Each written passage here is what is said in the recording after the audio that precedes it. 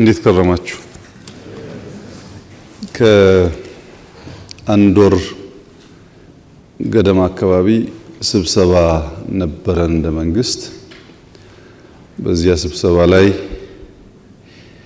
የሚቀጥለውን አመት ስራ ከማቀዳችን በፊት ከተለያዩ ህብረተሰብ ክፍሎች ጋር በጅምላ ሳይሆን እንደየሴክተሩ ሁኔታ ተወያይተን ግብአት መሆን የሚገባቸው ጉዳዮች ካሉ ለእቅዳችን ግብአት አድርገን ነው አመቱን መጀመር ያለብን የሚል ውሳኔ ተወስኖ ነበር። በዚያ ውሳኔ መሰረት የተለመደው አይነት ውይይት ብቻ እንዳይሆን የሚጨበጥ ግብአት ማግኘት እንዲቻል ውይይቱ ከታች ጀምሮ በዞን በከተማ ደረጃ ከዚያም በክልል ደረጃ እየበሰለ በሀገር ደረጃ ግብአት ሊሆኑ በሚገባቸው ጉዳዮች ያተኮረ ውይይት ለማድረግ ነው ያቀድነው። ዛሬ የመጀመሪያው ውይይት የሚጀምረው ከንግዱ ማህበረሰብ ከሁሉም ክልል ከተውጣጡ ሰዎች ጋር ነው። በዛሬው ውይይታችን ከዚህ ቀደም የተወያያችሁባቸው አንኳር ጉዳዮች ካሉ ቀድመው እነሱ ቢነሱ ከዚያ በኋላ በየትኛው መስክ ጥያቄ አስተያየት ያለው ሰው ነፃ ሆኖ ግን ደግሞ በርከት ያሉ ሰዎች እንዳሉ ታሳቢ አድርጎ አጠር አድርጎ ሐሳቡን እንዲያነሳ ይፈቀዳል። ዲሞክራሲያዊ መድረክ ነው። ፍሬያማ ውይይት እንዲሆን እዚህ ያልገቡ የንግዱ ማህበረሰብ አባላት ከእናንተ ውይይት የተነሳ ጥያቄያችን ሐሳባችን ተነስቶልናል ብለው እንዲያስቡ የሚያስችል ቢሆን ይመረጣል። ከዚህ ባሻገር የተወያያችሁባቸው ጉዳዮች ካሉ ለማድመጥ ከዚያም የጎደሉ ጉዳዮች ካሉ ለመስማት ዝግጁ ነን። አብዛኛውን ነገር እኛ ለመስማት ነው የመጣ ነው። የግድ እዚህ የሚባል ነገር ካለ እንላለን። የቀረውን ግን ወስደን ተወያይተን የእቅዳችን አካል አድርገን እንሰራበታለን።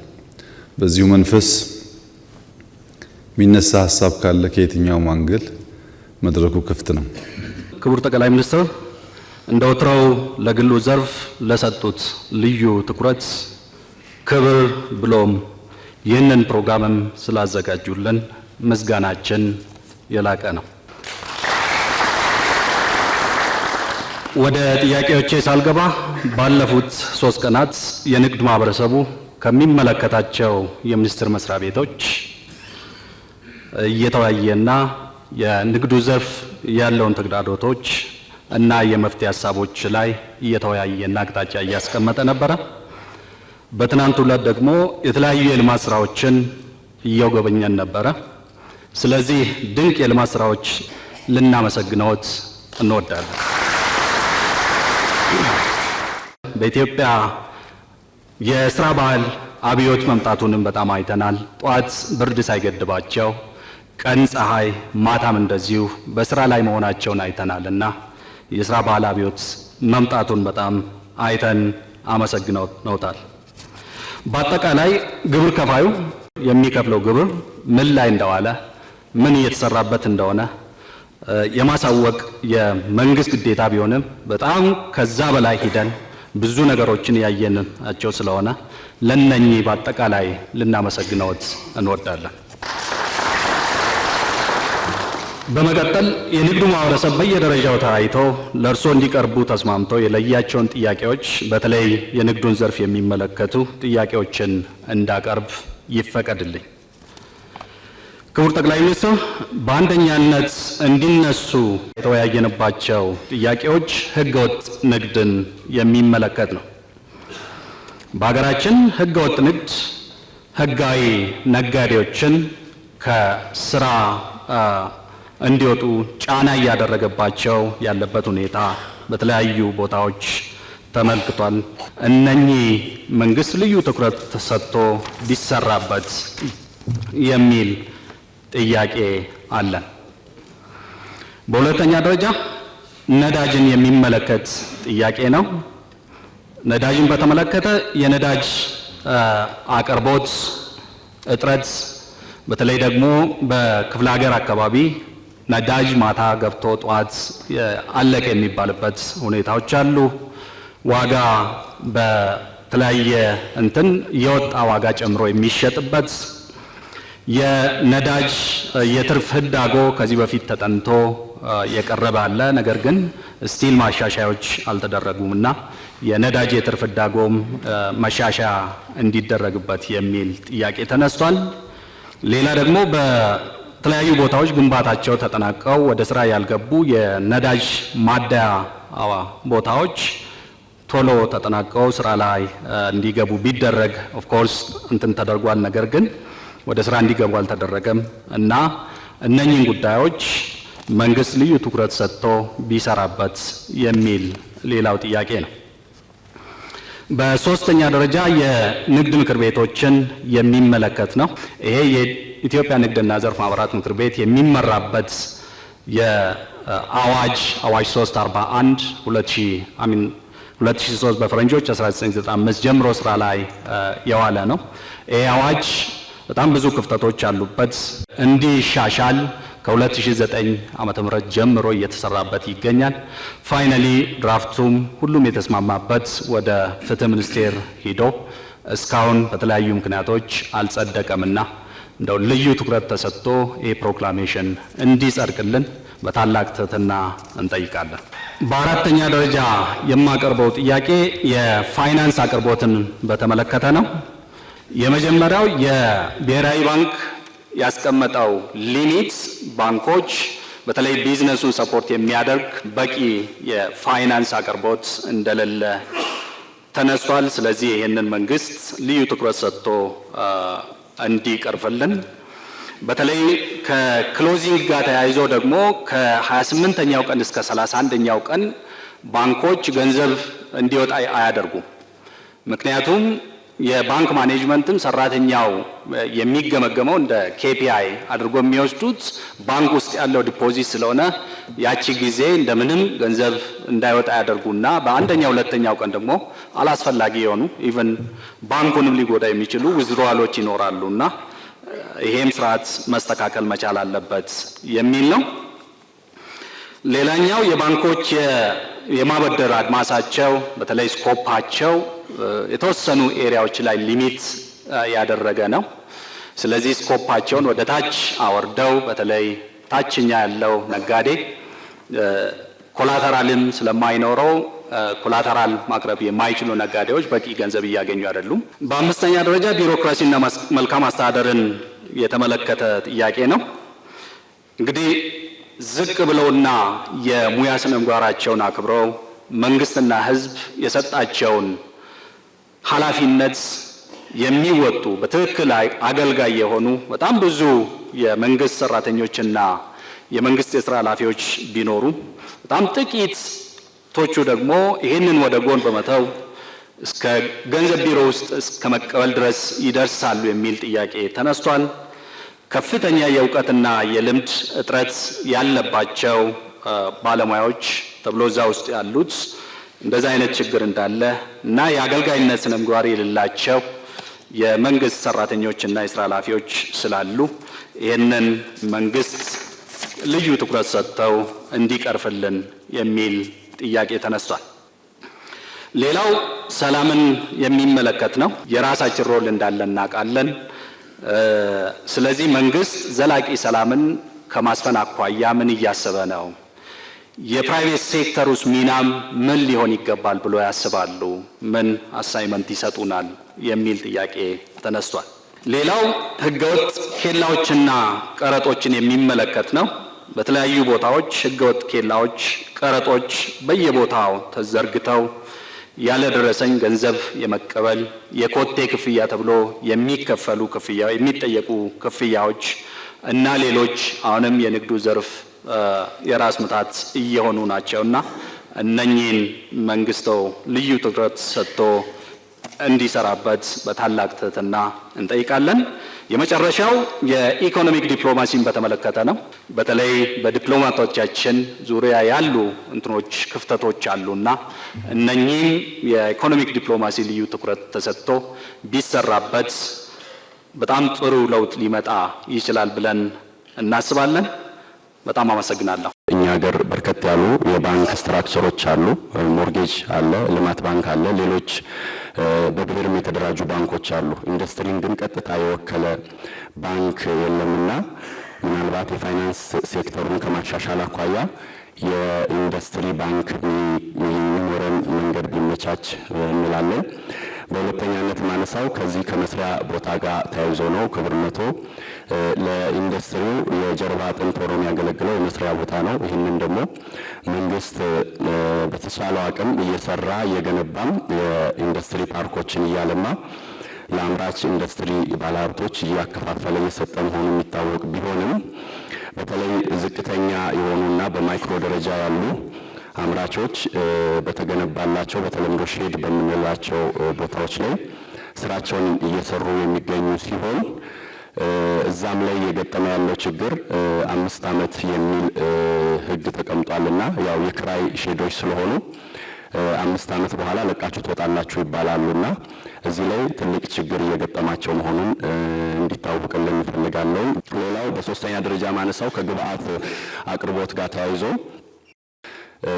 በተለይ ከዚህ ከማዕድን የግንባታ እቃዎች ማምረቻ ከሌሎችም ግብአቶች ከሀገር ውስጥ የሚመጡት ከአዲስ አበባ በብዛት ስለማይገኙ ከክልል ነው የሚመጡትና ትልቅ የሆነ የደረሰኝ ኢሹ አለ። ግዢ መጠናቸው በጣም በብዙ ሺህ ብር ነው የምንገዛቸውና ግብአት ላይ ይሄ ፕሮብሌም እየገጠመን ነውና ከክልል አመራሮች ጋር ተሰናስሎ ደረሰኝ የሚገኝበትን ጉዳይ ቢመቻች የሚል ነገር አለን። ሌላው በእውነት ክቡርነቶ በሚገርም አይነት ሁኔታ በሀገራችን ውስጥ ኢንዱስትሪያሊስት፣ ነጋዴ፣ አምራች እየተከበረ የመጣበት አይነት ሁኔታ ነው ያለውና በእርሶ የስልጣን ዘመን በዚች አጭር ጊዜ ይህን አይነት ምልክት ማየት በራሱ በእኛ ትውልድ ላይ እድለኛ ከሚያስብሉን ነገሮች መሀል አንዱ ነውና የአገልግሎት አሰጣጥ መቀላጠፉ ንግድ ፍቃዶቻችንን በኢንተርኔት ከማደስ ጋር ጀምሮ ንግድ ፍቃድ ቤታችን ቁጭ ብለን ከማውጣት ጋር ተያይዞ የተለያዩ አገልግሎቶች በጣም ቀላል በሚባል አይነት ሁኔታ ንግድንም ኢንዱስትሪንም ኢትዮጵያ ውስጥ ማሳለጡ ብዙ የሚከብድ አይነት እንትን አልሆነም።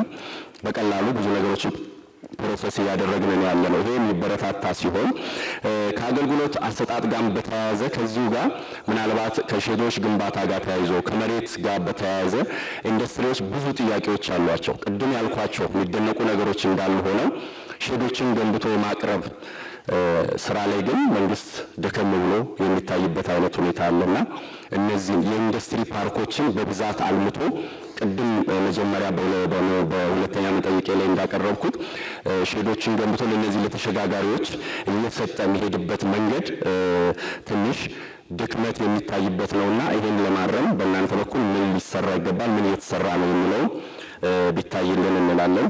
ሌላው ከገበያ ጋር አምስተኛ ማነሳው ነገር ከገበያ ጋር በተያያዘ መንግስት ለኢንዱስትሪያሊስቱ መንግስት ለንግዱ ማህበረሰብ ገበያ የማስፋት ኃላፊነትም ግዴታም አለበት ብዬ አስባለሁና ይሄ በእናንተ በኩል ተጠናክሮ መቀጠል አለበት። ግዢዎች በህግ ደረጃ 100% በኢትዮጵያ ውስጥ እንዲፈጸሙ በተለይ የመንግስት ግዢዎች እንዲፈጸሙ እንላለን። ክቡርነቶ ከኢንዱስትሪ ጋር ተያይዞ በ2015 በእኛ ከዚህ ከፕሮፐርቲ ታክስ ወይም የንብረት ታክስ ጋር ተያይዞ የወጣ የተበተነ የፋይናንስ ቢሮ ያስተላለፈው ሰርኩላር ነበርና ይሄ ሰርኩላር የኢንዱስትሪውን የካሬ ሜትር መጠን በስም ገልጾ አላስቀመጠም።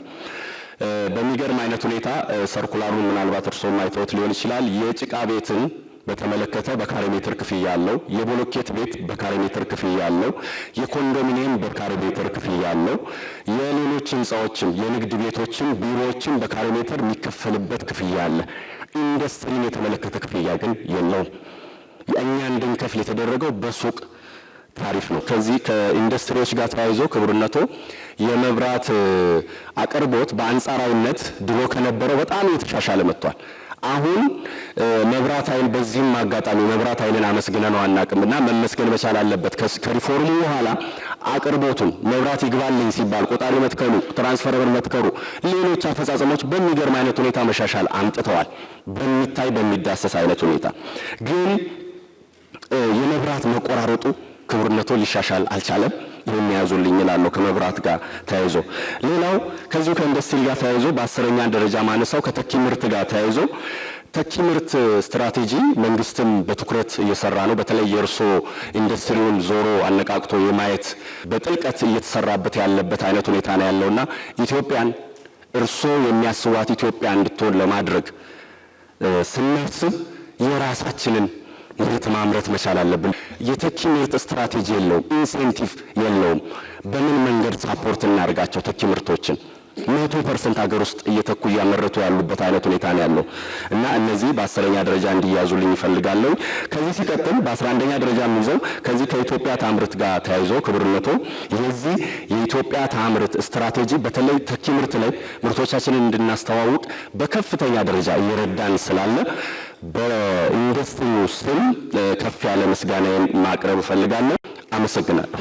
ሰላም ለአምራቹና ለነጋዴው ማህበረሰብ ብሎም ለሁሉም ወሳኝ እንደሆነ ይታወቃል።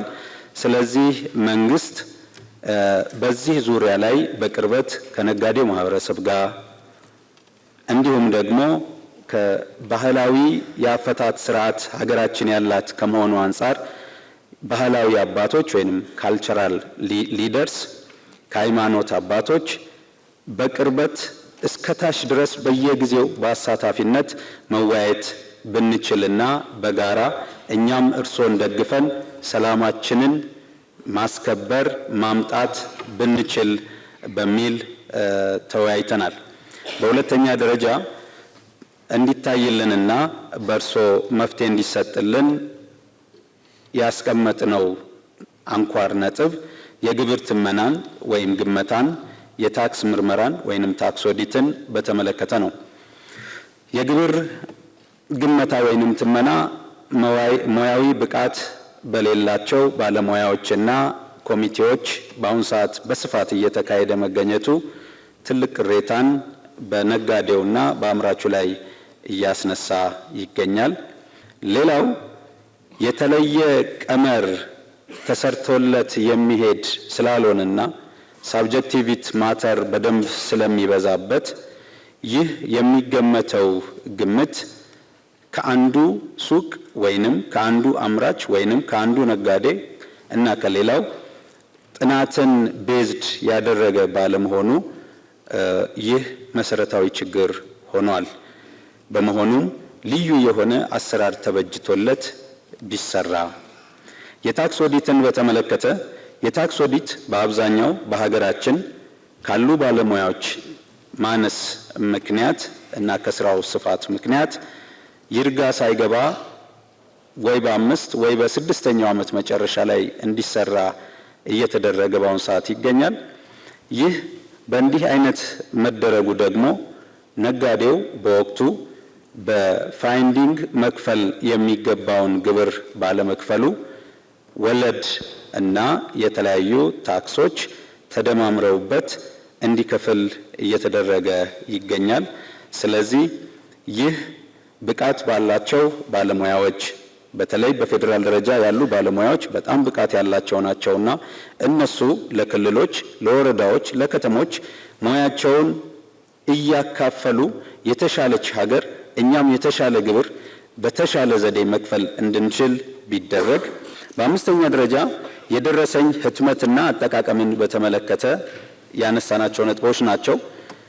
የመጀመሪያው የገቢ ደረሰኝ በአሁኑ ሰዓት ይታተም ዘንድ የተሰጠው እንደ ሀገር ለብርሃንና ሰላም ማተሚያ ቤት ብቻ ነው። ይህ ደግሞ ከፍተኛ የሆነ ችግርና ውጥረት በግብር ከፋዩ ላይ ፈጥሮብናል። በሀገሪቱ መስፈርቱን ማሟላት የሚችሉ ማተሚያ ቤቶች እንዲኖሩ ቢደረግ ለነሱም ቢፈቀድላቸው። እዚሁ የደረሰኝ ህትመትና አጠቃቀምን በተመለከተ ደረሰኝ ከምንጩ የማይሰጡ ግብር ከፋዮች ላይም የማያዳግም እርምጃ ቢወሰድ።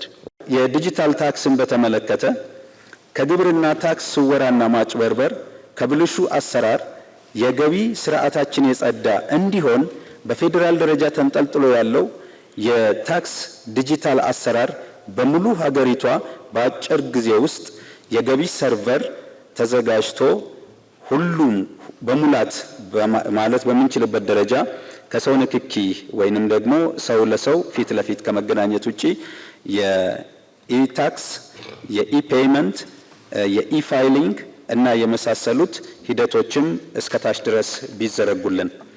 ሰባተኛ የኑሮ ውድነቱ ሊያባብሱ ከሚችሉ ከመሰረታዊ ፍጆታዎች ከግብርና ምርቶች ለምሳሌ በሀገር ውስጥ ከሚመረቱ እንደነ መኮረኒ፣ ፓስታ፣ ብስኩቶች፣ የህፃናት ምግቦች እና ከመሳሰሉት የተጨማሪ እሴት ታክስ ወይንም ቫልዩ አድድ ታክስ፣ ተርኖቨር ታክስ ቢነሱ አልፎም ከጥሬ ግብዓታቸው ለምሳሌ ከነ ስንዴ ከመሰሉ ዊዝሆልዲንግ ታክስ ቢነሳ። አመሰግናለሁ። ከገቢዎች ጋር በተመለከተ የደረሰኝ አጠቃቀምን በተመለከተ የደረሰኝ አጠቃቀም ባህሉ አገር ውስጥ ስለሌለ ሸማቹም ደረሰኝ አይጠብቅም። አንዳንድ ደግሞ ደረሰኝ የማይሰርጡ ያሉበት ሁኔታ ነው ያለው። ነገር ግን የባህሉን ለማስተካከል ታክስ ወይም ደግሞ ታክስ ሪተርን አለበለዚያ ደግሞ በደረሰኝ ከተገዛ ምታስመልሰው ይኖራል ተብሎ ኢንካሬጅ ከተደረገ ታክስ የመጠየቅ ባህሉንም ዲቨሎፕ ማድረግ ይቻላል ብዬ አስባለሁኝ። በተለይ ኢሪሲትን በተመለከተ ኢኮመርስ ላይ ትልቅ አስተዋጽኦ አለው። የተጀመሩ ስራዎች አሉ፣ ግን ጅማሬው ደግሞ ወደ ስራ ሲገባ ኢኮመርስ ላይ ያሉትንም በፈርኒቸሩም በሌላውም ኢንዱስትሪ ላይ ጥሩ አስተዋጽኦ ያደርጋል ብዬ ነው የማስበውና የሪሲት የመጠቀም ባህላችንን በተወሰነ መልኩ ለውጥ ሊያመጣ ይችላል፣ ሪቮሉሽናላይዝ ሊያደርግ ይችላል ብዬ አስባለሁኝ። ሁለተኛው ኢትዮጵያ ኮንስትራክሽን ላይ ነች ያለችው። የኮሪደር ልማትም ሌሎችም ሁኔታዎች አሉ። የግንባታ ሂደቱ ላይ የፈርኒቸር አስተዋጽኦ ከፍተኛ ነው ብዬ ነው የማስበው። ምክንያቱም የሎካል ማኒፋክቸረርስ አገር ውስጥ ያለውን ተስፋ በማየት በጣም እየተበረታቱ የሄዱበት ሁኔታ ነው ያለው። አሁን ደግሞ ኢምፖርት ማድረግ በመፈቀዱ ሌሎች ሁኔታዎች ውስጥ ወደ ማኒፋክቸሪንግ በማስፋፊያም ከገቡ በኋላ ብዙ የብድር ሂደቶች አልፈው ከሄዱ በኋላ የመፈቀዱ ሁኔታ ጥሩም ሊሆን ይችላል። ግን ሌሎች ደግሞ ስትራቴጂክ የሆኑ ደግሞ ውሳኔዎች በመወሰን ወደዛ መግባት ይፈልጋል። በሂደቱ ላይ ግን ታሪፍን በተመለከተ ኤችኤስ ኮድ ላይ ለአምራቾች የሚሰጠው ቤኔፊት በጣም አሻሚ የሆነ ነው። በተለይ ባለፉት ወራቶች ላይ የአባላቶቻችን በተለያዩ ሁኔታ የተጨማሪ አምራች ሆኖ ሳለ እንደ አስመጪነት ታሪፍ ጭማሪ እየተጠየቀበት ያለበት ሁኔታ ነው። ቤዚክ ካራክተሪስቲክስ ኦፍ አ ቼር አሁን ለምሳሌ ተብሎ ከተወሰደ የሚጎለው ነገር እንዳለ ታውቆ ሼፑን ስለያዘ ብቻ እንደ ኮምፕሊት እቃ ተደርጎ እየተቀረጠ ነው ያለው። ያ ደግሞ አምራቹ መልሶ ወደ ኢምፖርት ወደ ማድረግ ውስጥ እንዲገባ ይገፋፈዋል። ሶስተኛ የሰው ኃይልን ማሰልጠንን በተመለከተ ነው።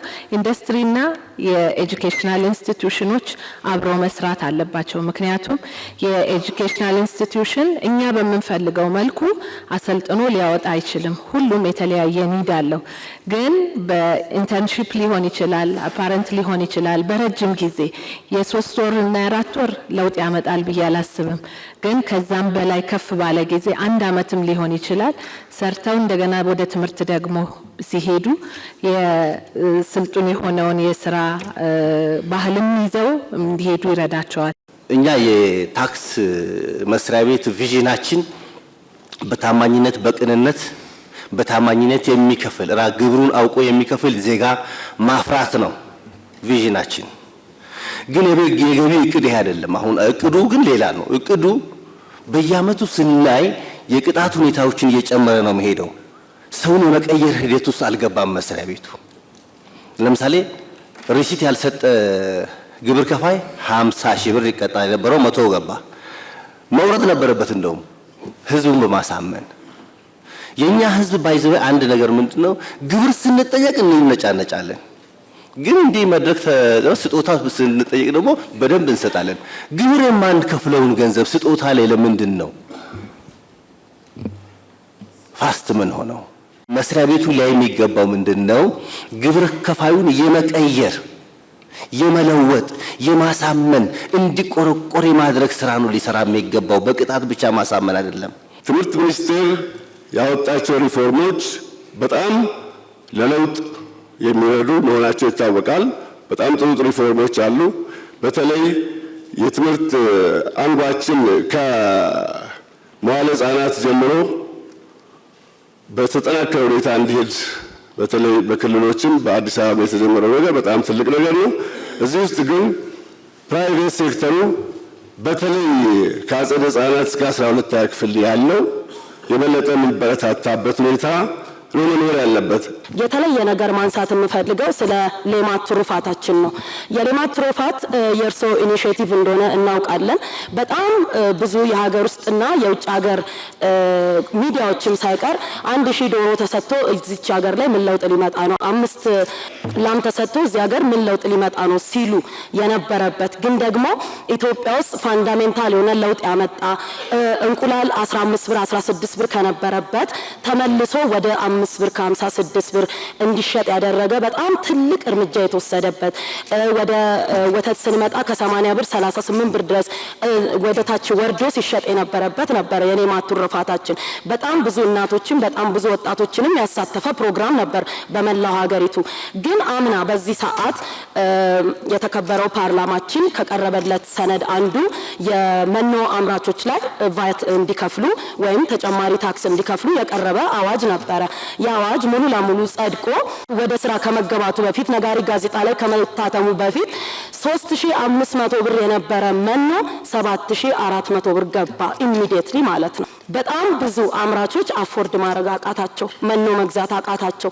እዚህ ከተማ ውስጥ ይሰሩ የነበረ ዶሮቻቸው ይሸጡ፣ ብዙ ነገሮችን አደረጉ ማለት ነው። ከዚህ ከገበያ ማረጋጋት ጋር ተያይዞ ከፍተኛ ምርት እናስገባለን።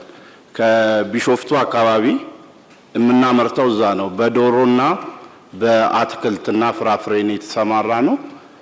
ወደዚህ ከአዲስ አበባ ከተማ ጋር ከ11ዱም ክፍለ ከተማ ጋር ትስስር አለን።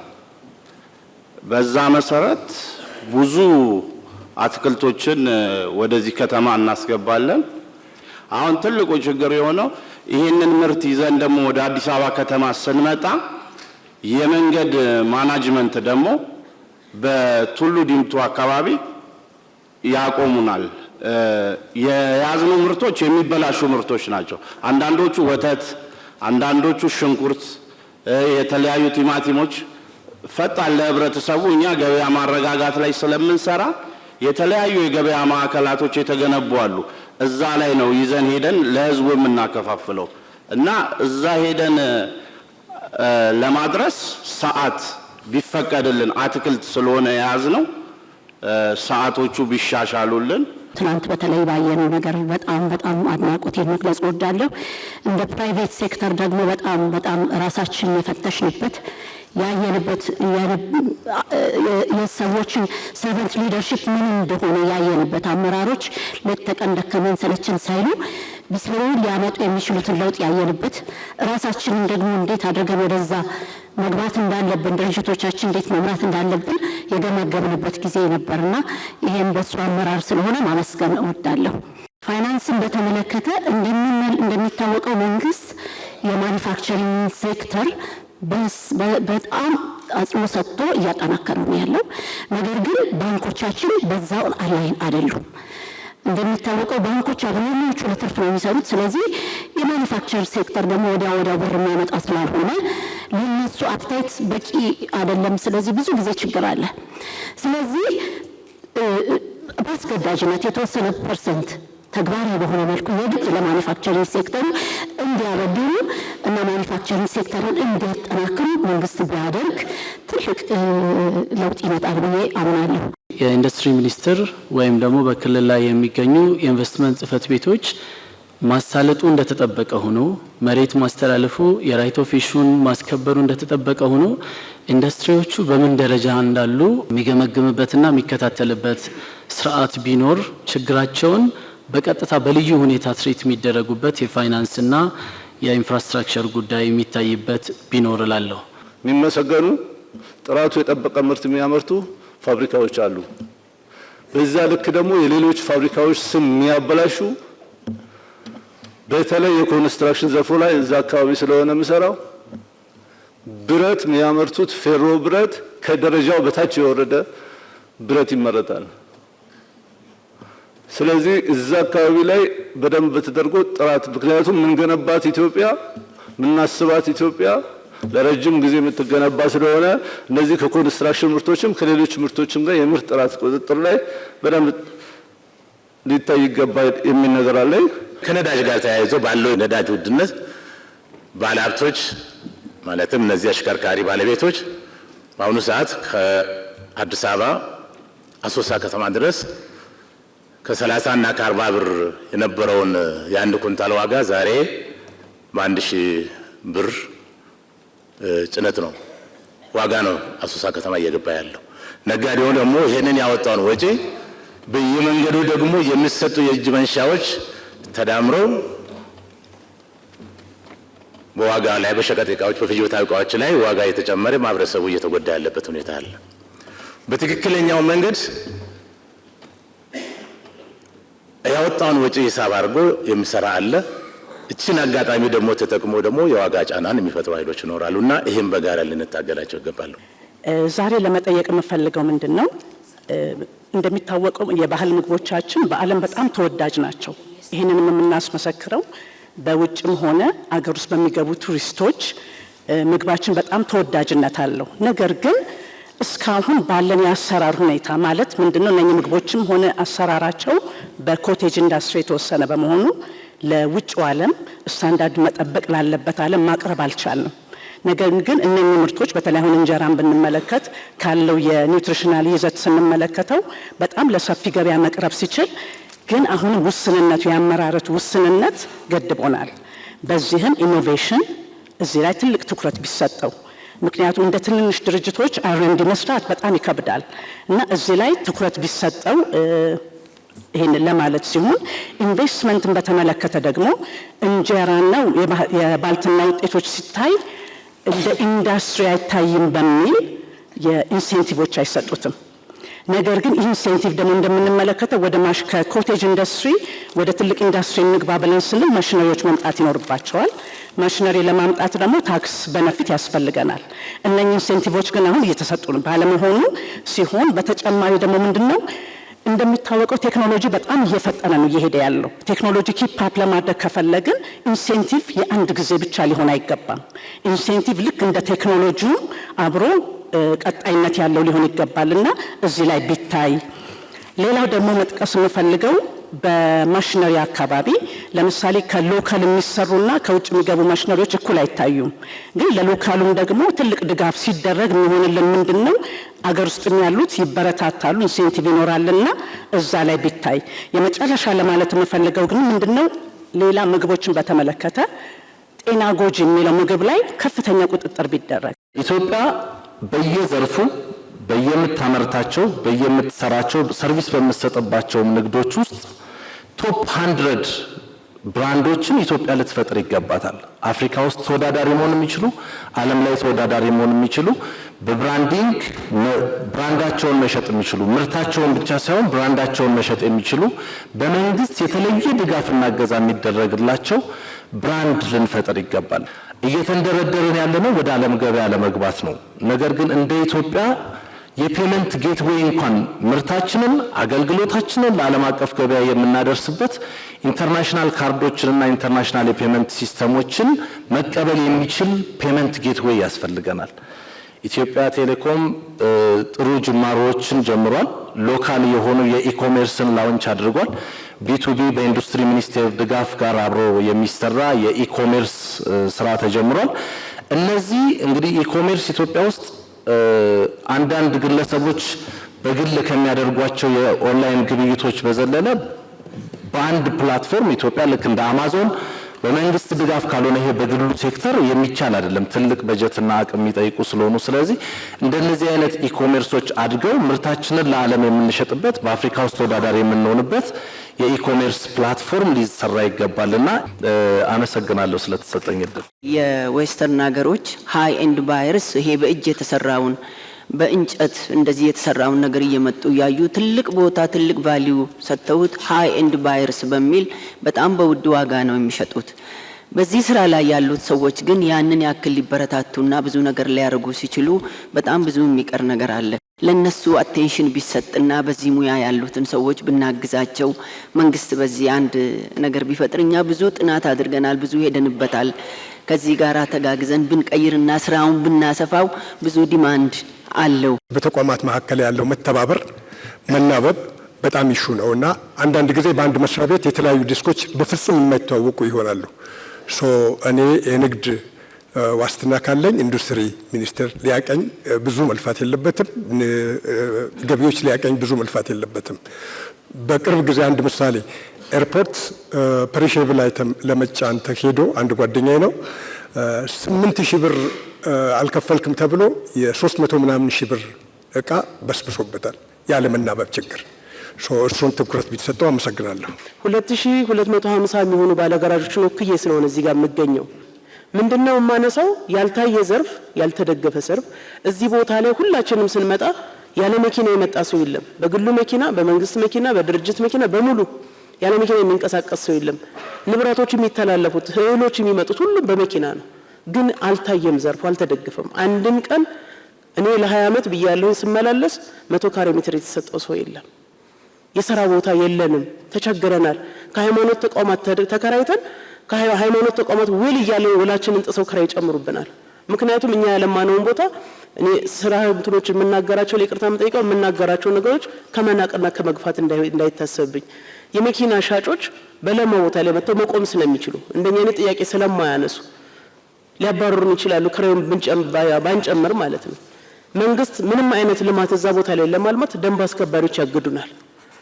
ሰርተን የምናድርበት እድል ሳይሆን በጣም አስፈላጊ የጀርባ አጥንት ያገሪቱ ሆኖ ሳለ ግን ያልተደገፈ በምንም መልኩ በብቃት መረጋገጫ እየታሰርን የኖርንበት በአግባቡ እኛ እየሰራን በህገ ወጥ መንገድ የሚሰሩ ሰራተኞች የሚደገፉበት ይሄ ዘርፍ ያልታየበት ችግራችን ሰፊ ነው። የመስሪያ ቦታ ከቀረጥ ነፃ የዘመኑ ማሽኖችን ብናመጣ ይጣላብናል። የሀገራችን ይጣላባታል እንዴ? እንኳን እኛ ሶስተኛው ዓለም ላይ ሆነን እና አሜሪካ እየጠገኑ ነው የሚኖሩት። እኛ መጠገንን ካልደገፍ ነው እንዴት ልንሆን እንችላለን? እዚህ ሀገር ላይ ክቡር ጠቅላይ ሚኒስትር አምራች የሚባል መኪና የሚሸጥ ሰው የለም። ገጣጣሚ ነው ያለው። ልጅና የእንጀራ ልጅ ተደርገን አምራችና አገልግሎት ሰጪ ተብለን መኪና እየተነዳ የመጣው መኪና ቦዲ የሚያስሩር ሰዎች አምራች ተብለው 10 ሺህ 15 ሺህ ካሬ ይሰጣቸዋል። እኛ ግን ቶታል ሎስ ተብሎ የተጣለውን የሀገር ኢኮኖሚ ደግፈን የምንሰራው አገልግሎት ሰጪ ተብለን ታግደናል።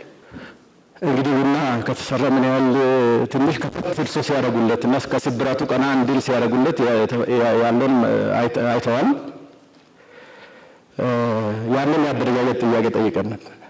የአደረጃጀት ጥያቄ ሚኒስትር ይሁን ሚኒስትር ሲሆን ሰልፍ አይዝም እኮ ቀጥታ ከእርሱ ጋር ይገናኛል። አሁን ግብርና ውስጥ ሰልፍ ይዞ ነው ያለው። የስንዴው የበቆሎው የምናምን ነው እንዴ ተራ ሳይጠብቅ እርሶ ነው ያገኙ ነው። አሁን ቡና ያኔ አርሶ አደሩም መንግስትም ሁላችንም ተጠቃሚ በድርሻ ያለን እንሆናለን ብዬ ነው የማስበው። እኛ ጥያቄዎችን ለመንግስት ብቻ ማሽጎርጎር ሳይሆን መንግስት ከንግዱ ህብረተሰብ ምን ይፈልጋል፣ ንግዱ ህብረተሰብስ ከመንግስት ምን ይጠብቃል የሚለው መሰረታዊ ጉዳይ መታየት ያለበት ይመስለኛል። ስለዚህ አሁን ሰኔ ነው ያለነው። ቀጣይ ከሐምሌ 1 ጀምሮ እስከ ጥቅምት 30 ግብር የምንከፍልበት ወቅት ነው። ቅድም በመግቢያው ላይ ሲናገሩ ከመግባቶት ጀምሮ በአንክሮ ከታተል ነበር። ቀጣይ እቅድ አለ። እቅድ በበጀት ይመራል። በጀታችን በትሪሊየን ብር ነው። ስለዚህ ይህ የአገሪቱ የጀርባ አጥንት የሆነው ንግድ ህብረተሰብ ከታክስና ግብር ከፋዮች የአንበሳውን ድርሻ የሚወስድ ነው። በመሆኑም እኛ ይችን አገር እንድታድግ እንፈልጋለን የምንል ሁሉ ስለ አውሮፓ ስለ ሌላው እድገት ስናወራ ስንደሰኩር የምንገኝ እኔ በበኩሌ ከምገኝ ይቺ አገር ኢትዮጵያ እንደ አውሮፓ እንድትሆንና እንድትሰለጥ እንድታድግ ስለመመኝ ሁላችንም እቅዱ ስኬታማ እንዲሆን ግብራችንን በታማኝነት ከሌቦች በጸዳ መልኩ በወቅቱና በጊዜው ከፍለን የቀጣይ 2018 ዓመተ ምህረት እቅድ ተግባራዊ እንዲሆን ከግብ እንዲደርስ ቃል ገብተን የምንወጣበት ጭምር እንዲሆን እፈልጋለሁ።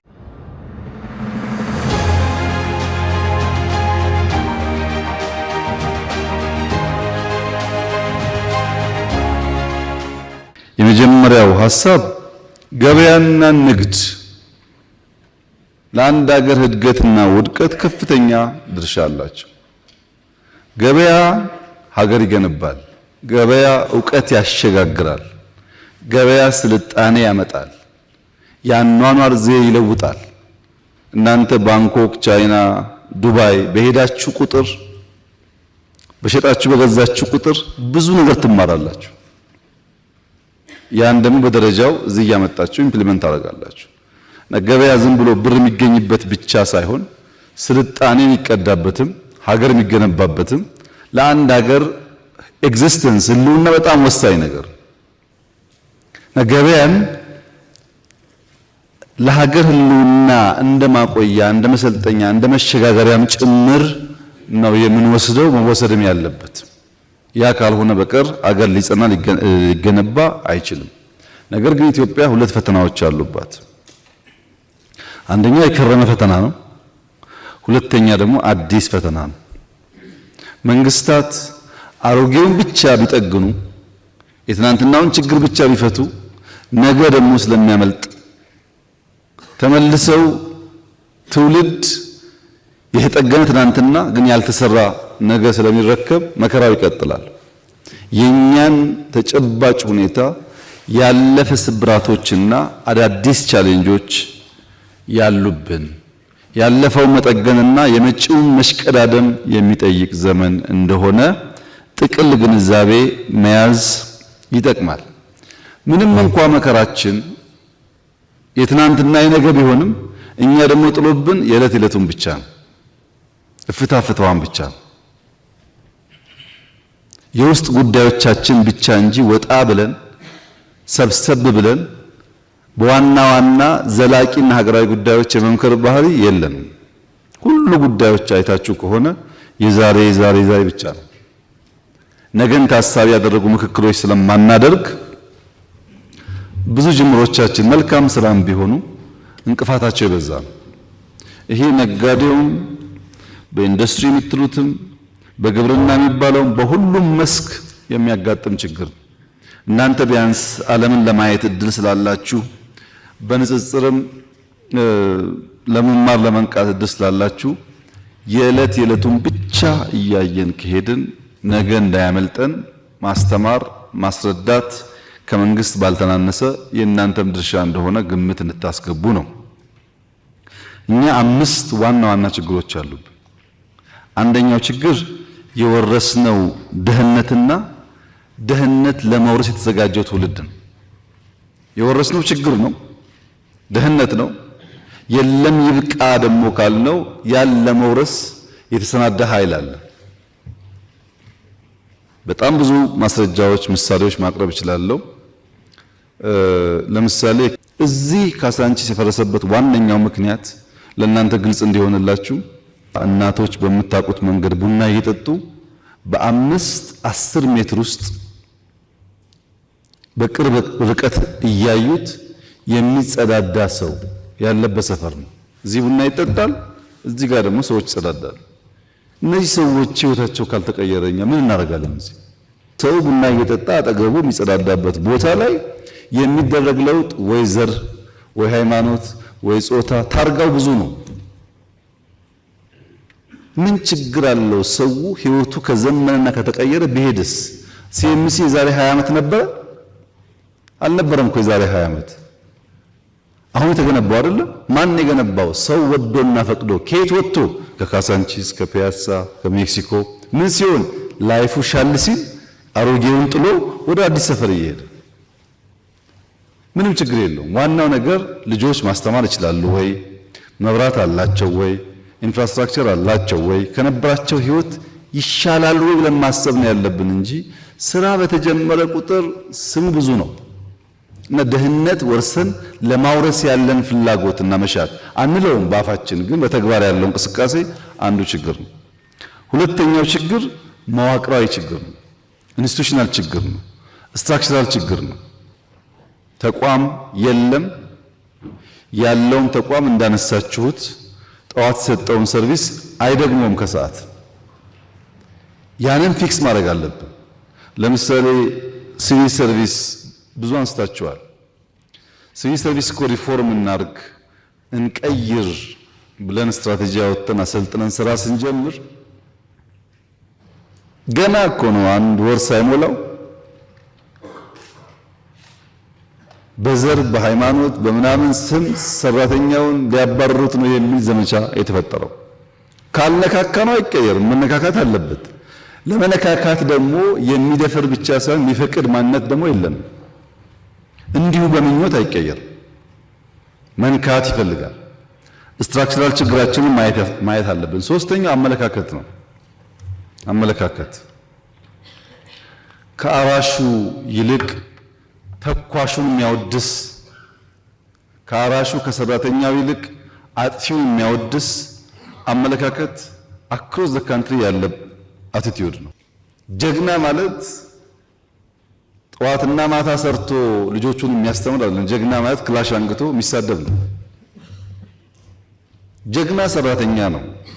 ያ አመለካከት ግን የለም። ለዚህ ነጋዴው እንደ ሌባ እንደ ስራ ፈጣሪ ሳይሆን እንደ አጉዳይ የተወሰደበት ዋናው ምክንያት ማወደስ የምንፈልገው ተኳሹን ስለሆነ። አራተኛው የስልት ትምህርት ችግር ነው። እርሻን ከኛ ቀድሞ የጀመረ የለም፣ ግን አሁንም እዛው ነው። በኢንዱስትሪ የሚመጣ ሂውመን ካፒታል ማምረት የሚመጣ ስልት ትምህርታችን ችግር አለበት። እንዴት ፕሮዳክቲቭ መሆን አለብን የሚል ጉዳይ ማሰብ መስራት ይጠይቃል። አምስተኛው የማገልገል ችግር ነው፣ ሰርቪስ። እኔ ይገርመኛል፣ ሰሞኑን ስናገር ነበር። ሰው ተነስቶ እንደፈለገ ሲናገር የት አገልግለህ ነበር ብሎ የመጠየቅ ባህሪ የሌለው ህዝብ ነው ይሄ። አሜሪካን ሀገር ራሱ ካላገለገለ ልጄ ወታደር ነበር፣ እህቴ ወታደር ነበረች እያለ ይመካል። አዘ ፋሚሊ ሰርቭ አድርገናል ብሎ መሪ እንኳን ሲወዳደር አባቴ አርበኛ ነበር፣ ወንድሜ እንደዚህ ነበር ይላል። እዚህ ሀገር አንድ ቀን አገልግሎ የማያውቅ ሰው ሁሉ እንደፈለገ ስራ ምን ችግር እንዳለበት የማያውቁ ሰዎች ናቸው ስለ ስራ የሚናገሩት። ስራ መከራው እንደምታውቁት ያን አያውቁም። የሌላው ሰው ቁጭ ብሎ ቢናገር ምንም ችግር የለውም። ያ አመለካከት እስካልተፈታ ጊዜ ድረስ የምናስባቸው በርካታ ጉዳዮች እንዳሻነው ላይፈቱ ይችላሉ። እነዚህን መሰረታዊ ጉዳዮች ከተገነዘብን ችግሮቻችንን ከተረዳን በኋላ ዛሬ ከተነሱት አንዳንዶቹን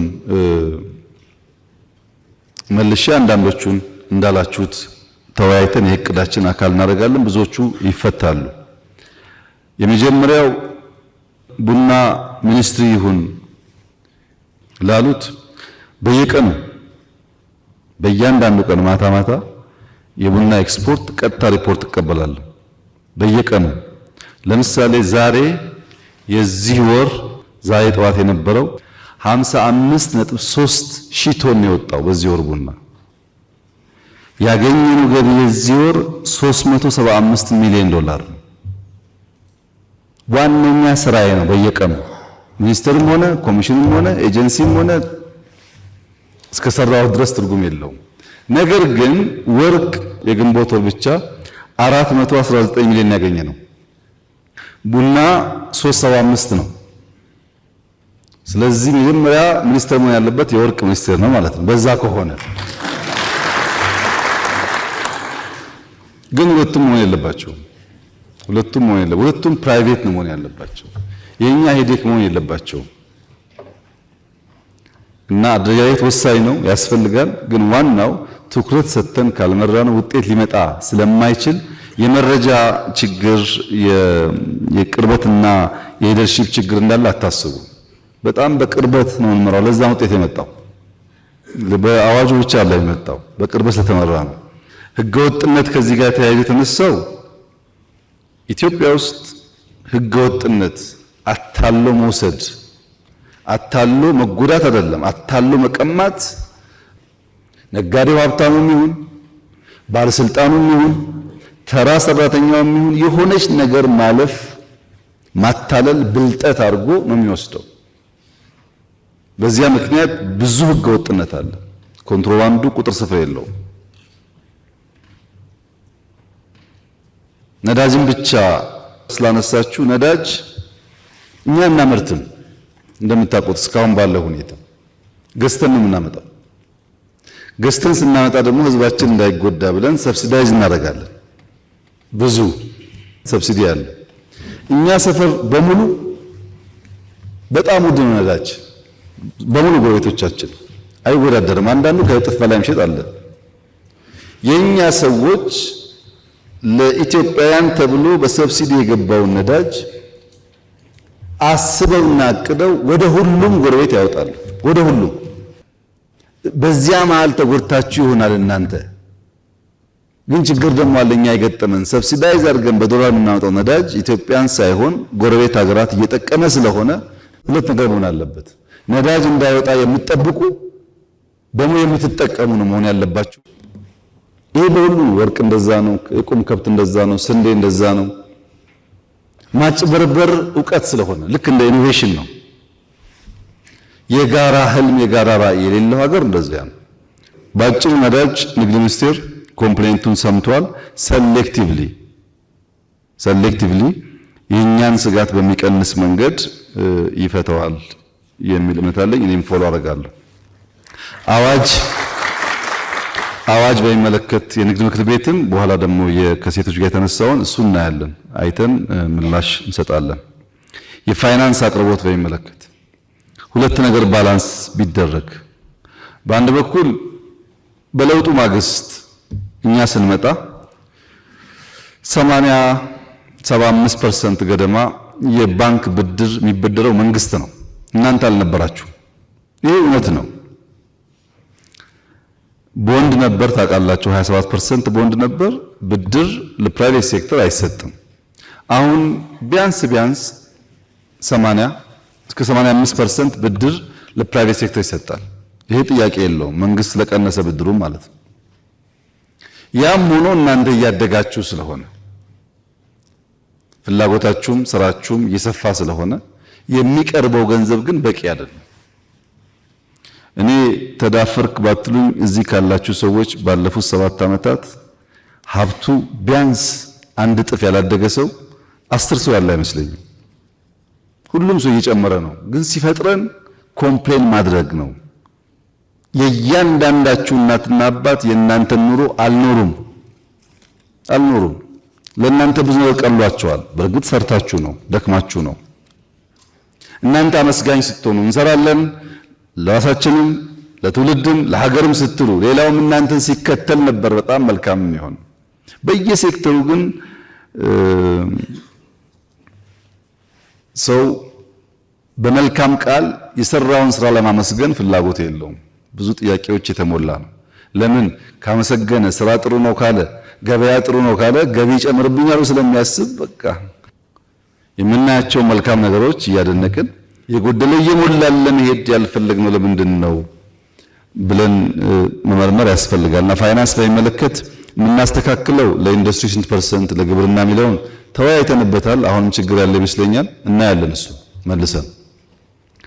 ባንኮች ግን በሚመለከት እዚህ ያለ ሰው ቢያንስ 50% ቢያንስ 50% የባንክ ባለቤት ናቸው።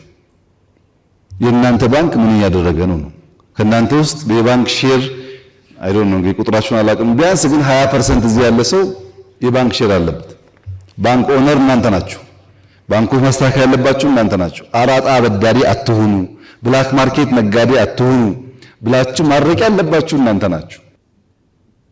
ባንኮች መፈተሽ አለባቸው። ለዚህ የከፈትነው ባንክ ስርዓቱ ዘግተን ስላላዋጣ እንዲወዳደር የከፈትነው ለዛ ነው።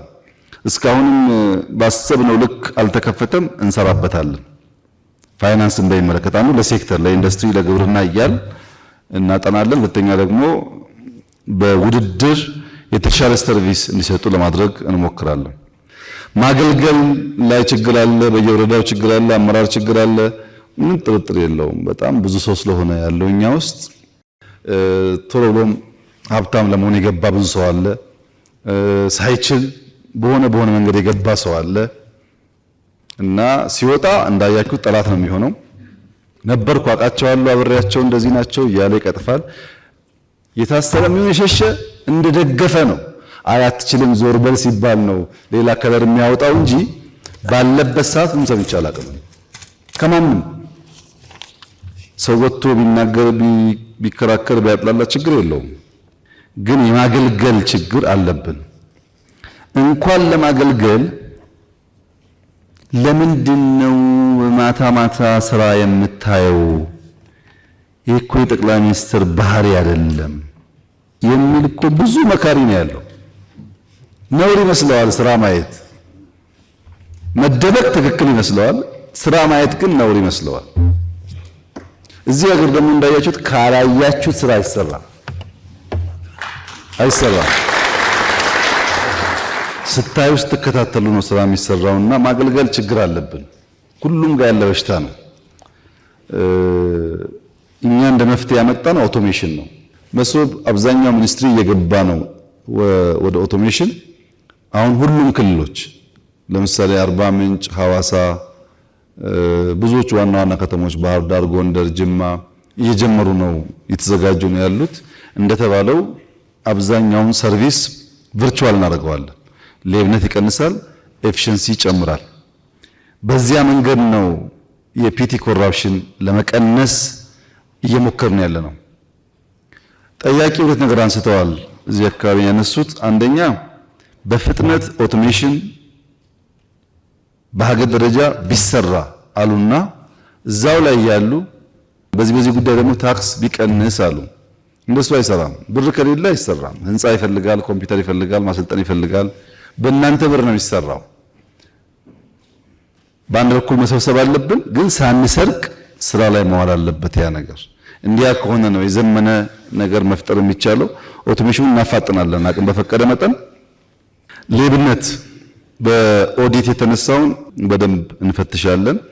በሁሉም ሰፈር በቃ መስረቅ፣ ማጭበርበር፣ መቅጠፍ ልማድ ነውና እኛም ጋር ኦዲተሮች፣ አንዳንድ ኃላፊዎች እንደዛ የሚያደርጉ ይኖራሉ።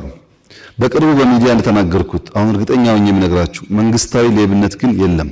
100% እርግጠኛ ነኝ። በዚህ እኛ የምንለምናትን የምናገኛትን 100% የምናውለው ኢትዮጵያ ላይ ነው። 100% ለምሳሌ እዚህ እኮ አዋሬ የተቀየረበት መንገድ በቂ ማስረጃ እኮ ነው። በቂ ማስረጃ ነው። የግል ገንዘቤ ነው። መጻፌ ሰራው ሸጥኩ። እንደማንኛውም ነጋዴ እንደናንተ የሚከፈል ታክስ ካለ ከፍላለሁ። የቀረቡ ለልጆቼ መቆየት ያለበት ግን እኔ ማምኑ ያን መጽሐፍ እናንተ የገዛችሁት እኔ እዚህ ስለሆንኩ ነው እንጂ ጡረታ በወጣ አጠራጠራለሁ እንደዛ መግዛታችሁን። ያን ስለማቅ የገዙት ወንበሩን ነው መልሶ መሄድ አለበት በሚል ሂሳብ ነው እንጂ የራሴ ስራ ነው። ይሄ ሁሉ ሰው በሺህ የሚቆጠር ሰው 3000 ገደማ ሰው ነው በፋሚሊ ደረጃ ቤት ያገኘው በነፃ። ሁሉም ሰው በዛ መንገድ ማገልገልን ከመረጠ ብዙ ነገር መቀየር ይቻላል። በእኔ እምነት ብዙዎቹ በቅርብ ርቀት ያሉ ሰዎች እንደዛ ናቸው። ሌብነቱ ግን 50% ያለው እናንተ ጋር ነው። በትንሹ 50% ሀብታም መሆናችሁን ለማሳየት በር ቀጠሮ እንዲከፈትላችሁ ስለምትፈልጉ ገና ሌብነት ያልተለማመዱ ወጣቶችን ሳይቀር የምታለማመዱ ግን እናንተ ናችሁ። ይሄን መካድ አይቻልም። እናንተ ካልሰጣችሁ አሁን ለምሳሌ ገቢ ላይ በገቢዎች ብቻ ሳይሆን በእኔ ኦፊስ የሚመራ ስትሪንግ ኮሚቴ አለ፣ ብዙ ሚኒስትሮች ያሉበት። ስልክ አለ። እስቲ እውነት ከልባችሁ ከሆነ ፒቲ ኮራፕሽን ስትጠየቁ ደውሉልንና 10 ሰው እጅ ከፍንጅ እንያዝና ታያላችሁ ሰዎቹ ስራ ሲሰሩ። ከዛ በኋላ የሚያስቸግራችሁ ሚኒስተር ካለ እስቲ አንድ ሰው ማስረጃ ይስጠኝና አንድ ሳምንት አላቆየውም። አምጡ ግን ማስረጃ በሌለበት ግማሹ በዘር ግማሹ በሃይማኖት ግማሹ በሰፈር ሰው ለማጥላላት የሚያደርገው ነገር ደግሞ ለውሳኔ ጠቃሚ አይደለም። ካገዛችሁን ከተጋገዝን በእርግጠኝነት ብዙውን እንቀንሳለን። አትስጡ። አቃሉ ያስቸግራችኋል ለስራ ቀድማችሁ ጠቁሙ። አብረን እንያዛቸው። 10 ሰው ከያዝ እየፈራ ይሄዳል ማለት ነው። ጥንቃቄ የጨመረ ይሄዳል። እናንተ ሳትጠቁሙ እየሰጣችሁ እያመቻቻችሁ እኛን ደግሞ ሌቦቹን ለዩ ካላችሁ ብቻችን አንችልም። እንተጋገዝና ባናጠፋ እንኳን እንቀንሳቸው። ያን ለማድረግ ዝግጁ ከሆናችሁ በእኛ በኩል ዝግጁ ነን። ስልክ እንዳለን ይታወቃል። ከቸገራችሁም ተጨማሪ እናወጣለን። ቀድማችሁ ንገሩን።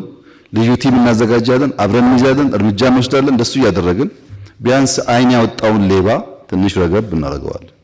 በዛ መንገድ እየፈታን ብንሄድ ነው ጥሩ የሚሆነው።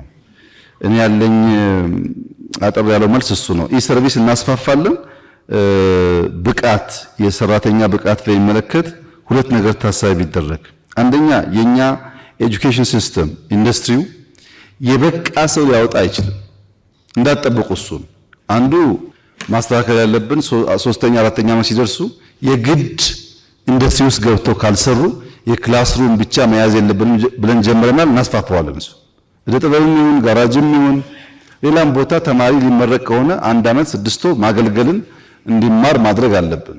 ቢኮዝ በክላስ የሚሰጠው ትምህርት ብቻውን በቂ ስላልሆነ ጀምረናል፣ እናስፋፋለን። እሱ ግን እናንተ ናችሁ ዋና አስተማሪዎች። ሰው ለመማር ዝግጁ ሆኖ እናንተ ጋር ከመጣ በኋላ እናንተ ናችሁ አስተምራችሁ ሰው የምታረጉት እንጂ የኛ ትምህርት ስርዓት አሁን ባለው ሁኔታ ትንሽ ውስንነት አለበት። ተጋግዘን እሱንም ማዘመን ይቻላል። ኤንኪዩአይ ላቦራቶሪ ላይ ኳሊቲ ላይ ስታንዳርድ ላይ በጣም ጥሩ ስራ የሰራ ነው። አላያችሁት ይሆናል እናንተ ግን ከሚያኮሩ ስራዎቻችን አንዱ እሱ ስለሆነ የተገነባ ነገር አለ፣ መጠቀም ያስፈልጋል። ሎጂስቲክስ መንገድ እዛ ቢገነባ ባቡር ቢገነባ መብራት የተባለው በሙሉ ትክክለኛ ኮንሰርን ነው። ዋናው ችግራችን ሎጂስቲክስ ነው። ግን አሁን ያለን አቅም ውስን ስለሆነ ትንሽ ጊዜ ይፈልጋል። ባቡር ስንዘረጋ መንገድ ስንዘረጋ ሪሶርስ ያለበት ቦታ ዘርግተን ሪሶርስ ለማውጣት አይደለም። ኢኮኖሚክ ቲንኪንግ አይደለም የነበረን ፖለቲካ ነው። ፖለቲካ ስለሆነ ብዙ ጣጣ መጥቶብናል። ለምሳሌ የስኳር ፋብሪካዎችን ብንወስድ 13 ገደማ ስኳር ፋብሪካዎች አሉ። እያንዳንዱ ፋብሪካ የራሱ መልክዓ ምድር፣ የራሱ ታሪክ፣ የራሱ ልምምድ አለው። ግን የነበረው ኮርፖሬሽን ተብሎ በአንድ ኩባንያ ስር ገብቶ የማይሰራው የስኳር ፋብሪካ የሚሰራውን እየገደለ አንዱም ስኳር ፋብሪካ ደሞዝ መክፈል አይችልም። ደሞዝ ተውትና ትርፋማ መሆን። አሁን በቅርቡ ነው ወንጂ ነፃ ያወጣው። ወንጂ ግን 60-70 ዓመቱ ነው። አትራፊ የነበረ ነው። ሌላ ጋር ለጥፈውት እንዳያተርፍ አድርገው ነው ያበለሻሹት። እሱን ለማውጣት ገና 7 ደረስን። አሁንም 6ቱ ደሞዝ አይከፍልም። ዛሬም ኤግዛምፕል ነው። ኢንዱስትሪያል ፓርክ ብላችኋል ቅድም። እኔ አይመስለኝም። እኔ ኢንዱስትሪያል ፓርክ ላይ ኢንቨስት ማድረግ ዝግጁ አይደለሁም አሁን። ምክንያቱም ምንድነው ኢንዱስትሪያል ፓርክ 13 ገደማ አለን፣ 10 ጨረስን እኛ ነን። ሁሉም በዳ ነው። እዳቸውን መክፈል ገና አልጀመሩም። ታስታውሱ ከሆነ ለውጭ ባለሀብት ለኤክስፖርት ተብሎ ሼዶቹ ሰምታችሁ ይሆናል። ይሄ ከውጭ ባለሀብት አነስተኛና ጥቃቅን 1 ሚሊዮን 2 ሚሊዮን ብር ይዞ መጥቶ ዘሆል ሼድ ይዟል። ታክስ ከናንተ በላይ ሌባ እሱ ነው። አገሩ ነግዶ አያውቅም። አነስተኛና ጥቃቅን ነው። እሱ ይሰገሰግና ዘሆል ንግድ ስርዓቱን ብላክ ማርኬቱን ያው እንደምታውቁት ያደርጋል። ለዚያ ነው ኢንዱስትሪያል ፓርክ ለሎካል አምራቾችም ይሰጥ ብለን የወሰን ነው። ግን አሁን ትርፋማ ቀርቶ ራሱን ያልቻለ ኢንዱስትሪያል ፓርክ እያየን ሌላ ኢንቨስትመንት አናደርግም። ፕራይቬት ሴክተር ግን እናበረታታለን። አሉ እኮ የሚገርም ኢንዱስትሪያል ፓርክ የሰሩ ሰዎች አሉ፣ ከኛ ፓርኮች ያላነሰ። ወደሱ የሚገቡ ሰዎች ካሉ ለማገዝ ዝግጁ ነው። በመንግስት ደረጃ ግን አይመስለኝም። ሰላም ብዙዎቻችሁ አንስታችኋል። ሰላም ትክክለኛ ዴፊሲት ነው። ግን መጥፎ የሚሆነው ምንድነው? ተቃዋሚ ፓርቲ ይሰበሰብና ሰላም ቢመጣ መንግስት ቢያስብበት፣ ባለሀብት ቢመጣና መንግስት ቢያስብበት፣ እንደዚህ ጥሩ አይደለም። ከኃላፊነት ባንሸሽ። እኔ እዚህ ውስጥ ያላችሁ ሰዎች ምን ያክል እንደዛ እንደሆናችሁ አሁን ዳታ ስላልያዝኩ አልናገርም። በእርግጠኝነት ግን የኢትዮጵያን ሰላም የሚያናጋው 60% የኢትዮጵያ ሀብታም ነው። 60% ሰዎቹን በብር የሚቀልበው እዚህ ያለ ሀብታም እና የቀለባችሁ ፋይናንስ እያደረጋችሁ መልሳችሁ እኔን ሰላም ብትሉኝ አይሆንም። ሰላም ከፈለጋችሁ ፋይናንስ አታድርጉ እና አትርዱ፣ ምከሩ፣ ይምጡ። ከመጡ በኋላ እኛ የምንፈልገው ያያችሁትን ብልጽግና ነው የምንፈልገው። ለብልጽግና ደግሞ ሰላም ያስፈልጋል። ጎበዝ ከሆኑ ችግር የለውም አብረን ብንሰራም። ጎበዝ ከሆነ ስራ የሚያውቅ ሰው ከሆነ መማር የሚፈልግ ከሆነ አብረን መስራት ፍላጎታችን ነው። አሁን ሰላም እየተባለ ያለው ቢዝነስ ነው። ኮንትሮባንድ ወርቅ፣ ነዳጅ እንዳይሄድ ማድረግ ነው እኮ ሰላም ማለት። ሰው አግቶ ብር አምጡ ማለት አይደለም። ቢዝነስ ነው እኮ ንግድ። ልክ እናንተ እንደምትነግዱት ያ ደግሞ ግብር የለውም፣ ታክስ አይከፈልበትም። ሰው ይታገታል፣ ብር አምጣ ይባላል። ንግድ ነው። በእኛ በኩል ዝግጁ ነን። ሰላም ይፈልግ ሰው ካለ ምንም ችግር የለውም። እናንተ ጫካ ብር አትላኩ፣ እኛ ደግሞ በሰላም ይመጣ ሰው ካለ እንቀበል፣ የሚወያይ ካለ እናወያይ፣ የሚቀጣ ካለም እንቅጣ። ህግ ማስከበርም ስራችን ስለሆነ ያን እያደረግን በእርግጥ በጣም ቀንሷል አሁን ያለው ነገር። አብዛኛው ወሬው የሚበዛው ግን አሁንም ቢሆን ሰላም በጣም በጣም አስፈላጊ ነገር ስለሆነ ተባብረን ብንሰራ ጥሩ ይመስለኛል። ኬላዎች ሁለት ችግር ነው ያለው ኬላ ላይ እንዴት እንደምናደርግ እንዴት እንደምታግዙን እናያለን። አንደኛው ችግር ከሞያሌ ለምሳሌ ሐዋሳ ድረስ 10 ኬላ ቢኖር ኤግዛምፕል ነው።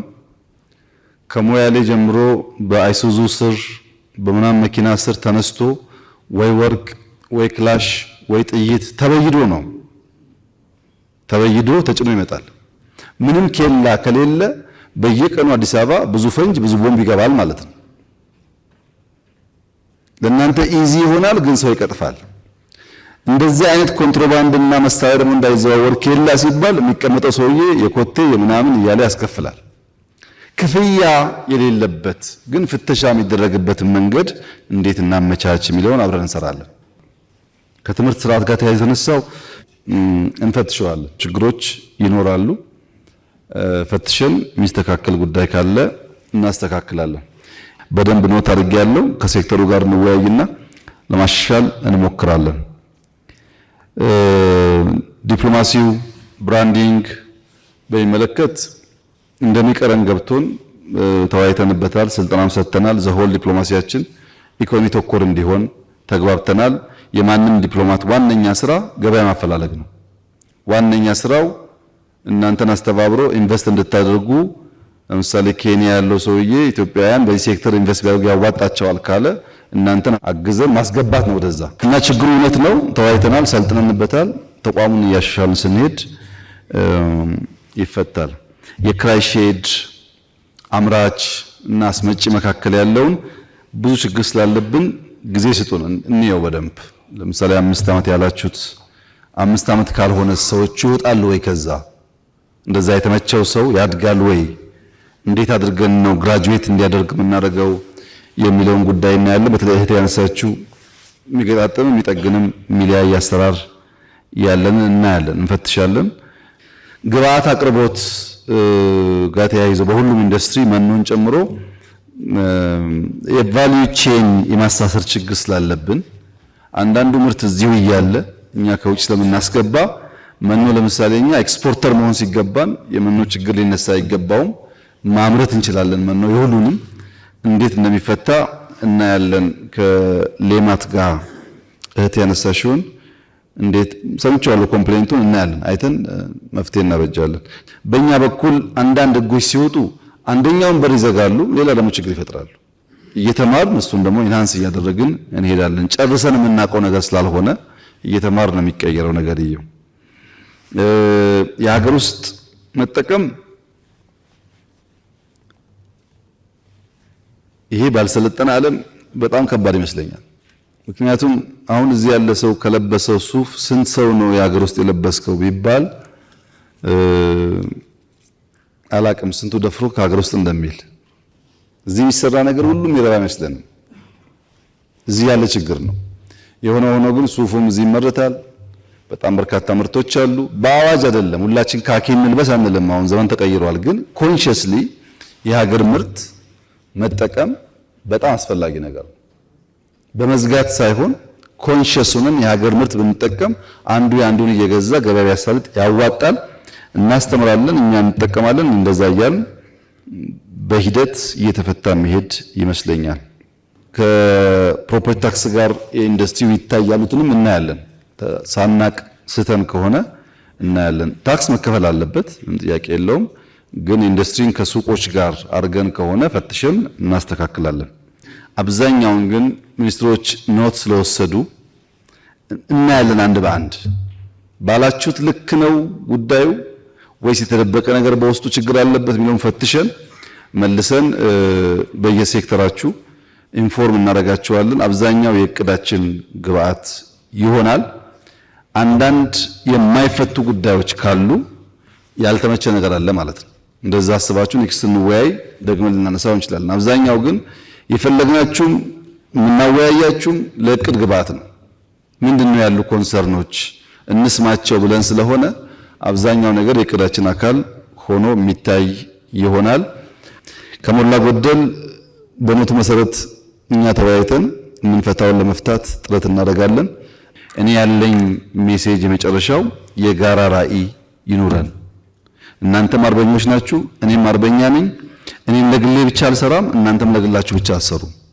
ሁላችንም ተባብረን ለጋራ ጉዳይ ከቆም ሀገር ያተርፋል፣ እኛ እናተርፋለን፣ ትውልድ ያተርፋል። ያተረፈ ትውልድ ደግሞ ይሸጋገራል። በጋራ ብናስብ ጥሩ ነው።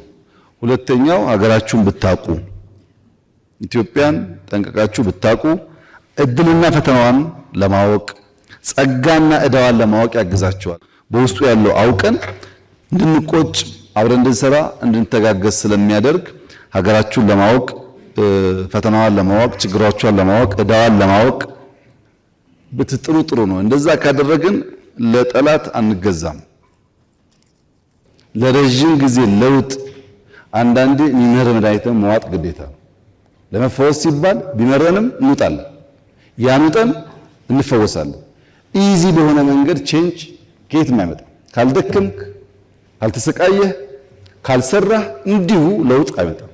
ያን አስበን አንዳንድ ያለውን መንገራገጭ በዛ መንፈስ እንድታዩት። አብዛኛው ሀሳቦቻችሁ በጣም ጠቃሚዎች ናቸው።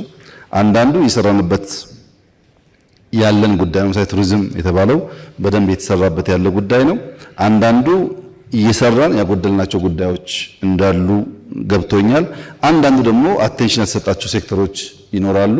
እነሱ ሁሉ ፈትሸን አቅም በፈቀደ መጠን መልስ እንሰጥበትና በሚቀጥለው ጊዜ ደግሞ ፈጣሪ ፈቅዶ ስንገናኝ ልክ እንደ ቡናው መልስ አገኘን እንደምትሉ ተስፋ አደርጋለሁ። ስለመጣችሁ እጅግ አድርጌ አመሰግናለሁ።